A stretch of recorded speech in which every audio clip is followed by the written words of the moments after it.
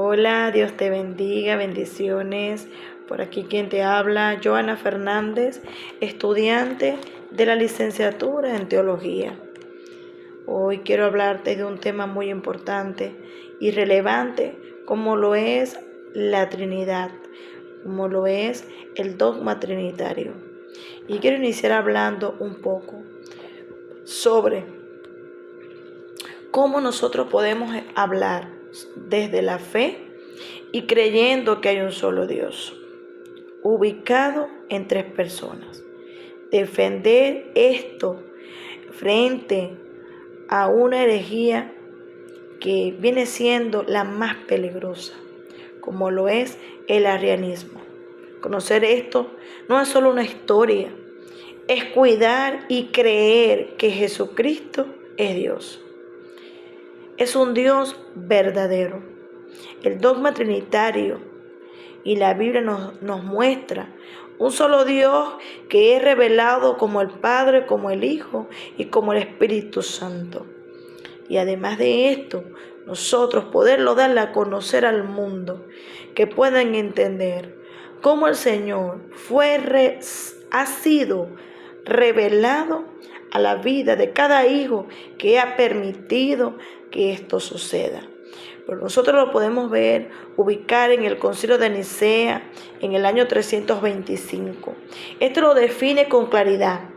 El Hijo es de la misma sustancia que el Padre, es decir, creer. Pero, ¿qué enseñaba Ario? Ario dijo que el Padre es el único Dios, el Hijo fue creado, tuvo un principio, es semejante pero inferior. Pero nosotros podemos ubicar y podemos ver que dentro de esta teoría, nosotros podemos definir que aunque quizás en el tema del arrianismo ellos no entendían o no manejaban bien este tema en cuanto a la Trinidad, pudieron hacer una refutación en cuanto a las Escrituras, respondiendo claramente que el Hijo es eterno, el Creador es eterno, Dios es eterno, el Espíritu Santo es eterno. Y podemos ubicar este tema importante en Deuteronomio 6:4, que nos dice de la siguiente manera: Oye, Israel, Jehová nuestro Dios, Jehová uno es. Aclarando fielmente, lo dice la palabra, Jehová uno es. Pero también lo podemos ubicar en Génesis capítulo 1, versículo 2 y Génesis capítulo 1, versículo 26. Desde la creación, desde que Dios, gloria a Dios, pudo crear todas las cosas y que también envió a su Hijo en su representación a la tierra a poder cumplir un propósito. Pero no solo con eso, el Señor también le plació poder dejar en esta tierra su presencia. ¿Y quién más que el Espíritu Santo, quien es el que te acompaña a ti y a mí? Nosotros debemos tener identidad en lo que el Señor nos ha hablado por medio de los tiempos. Aunque las tecnologías puedan avanzar, la palabra permanece, la palabra sigue siendo la misma. Nosotros podemos ver que dentro de esta identidad podemos tener y contar con estas tres personas que plenamente es la misma naturaleza divina, que aunque no los podemos ver, los podemos sentir, que aunque nosotros no los podamos palpar, sabemos que ellos están allí, gloria a Dios. Pero dentro de esto, nosotros podemos hablar un poco sobre el origen y la controversia de los arrianos. Nosotros lo podemos ubicar después de Cristo, que en el año 381, Ario formula la tesis de que si el Hijo es engendrado, debió existir un punto donde existió. Es decir, debió haber algo antes. Sostiene que el Logos es una criatura excelsa, creada de un exilio.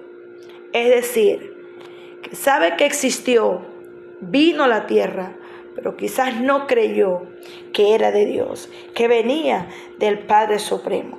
Pero nosotros podemos hablar de esto, que el concilio de Nicea nos dijo en el año 325 después de Cristo, que fue convocado por el emperador Constantino bajo el liderazgo teológico de Atanasio en Alejandría y de la Córcega, que el concilio promulga al credo niceno, introduciendo el término homonouse de la misma sustancia.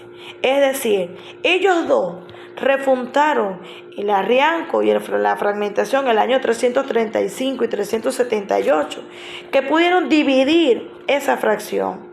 Es decir, pudieron examinar el hijo del dimisis del Padre y el hijo de la semejanza del Padre. Es decir, había un Padre y había un Hijo, pero no entendían que había una semejanza, había algo que parecía, había algo que estaba cerca, pero aún ellos en su humanidad querían seguir hablando sobre lo que no existía, aunque lo estaban viendo. Pero bajo la síntesis teológica de los padres dentro de estos concilios, ¿verdad?, se ratifica y se amplía lo creado. Es decir, dentro de esto nosotros podemos hablar sobre el desmontaje. ¿Cómo nosotros podemos desmontar esto? ¿Cómo nosotros podemos argumentar esto? Y lo vemos, gloria a Dios, en el argumento del soterialismo, que nos habla sobre el dilema de la salvación. La premisa arrianca, el logos, es una criatura creada, intermedio entre Dios y el universo. Refutando la ortodoxia, ninguna criatura puede ser salvada, ninguna criatura. Si el Hijo no es verdaderamente Dios por naturaleza, su muerte en la cruz no posee valor infinito. Su muerte en la cruz fue algo real para consolidar la humanidad finita en un creador infinito.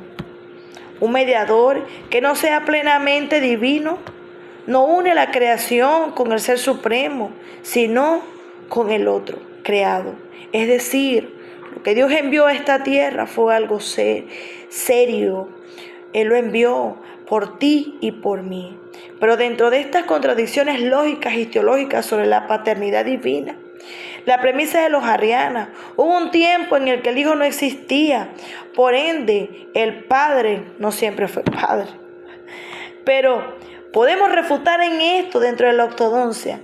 Dios es inmutable en su esencia. Dios es Dios. Dios es en el hoy, en el mañana y en el pasado. Si el Padre se convierte en el Padre en el tiempo, en el mediador, en la creación, Él introduce, Dios inmutable, cambia dentro de una divinidad. La paternidad nos cubre, la paternidad nos cuida, la paternidad es la generación es algo que nosotros tenemos por generación, dentro del tiempo, fuera del tiempo.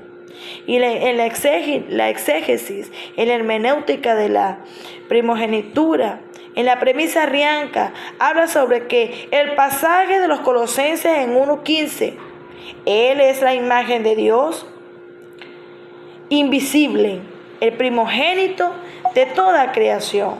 Implica que el Hijo es la primera criatura producida por Dios.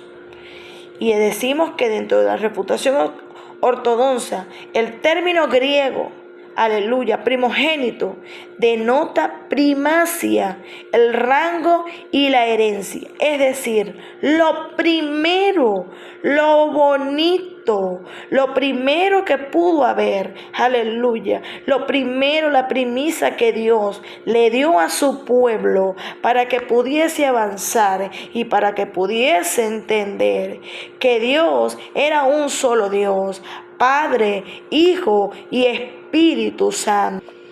Entonces podemos decir que las criaturas responden claramente que Dios es eterno, que su Hijo es eterno, que el Espíritu Santo es eterno. Dios el Creador, Jesús quien vino a cumplir el propósito en la tierra, y el Espíritu Santo quien nos acompaña, quien nos ayuda, quien es nuestro compañero fiel. Podemos ubicar y podemos entender que tenemos a un solo Dios en tres personas. Entonces podemos concluir que el arrianismo nos enseña una lección permanente. Alterar la división de Cristo destruye el Evangelio. Si Jesús no es Dios pleno, no hay salvación verdadera, ni esperanza, ni fe sólida. La Trinidad no es un detalle secundario, sino el corazón del cristianismo. Dios es unidad y comunión. Es amor que se da y se recibe en tres personas.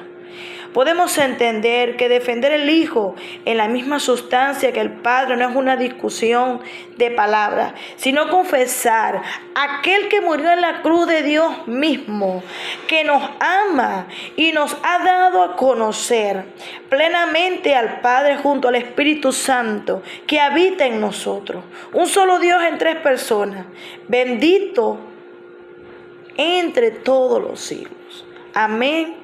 Dios te bendiga, Dios te guarde, y fue un placer para mí poder compartir contigo esta valiosa información. Dios te bendiga.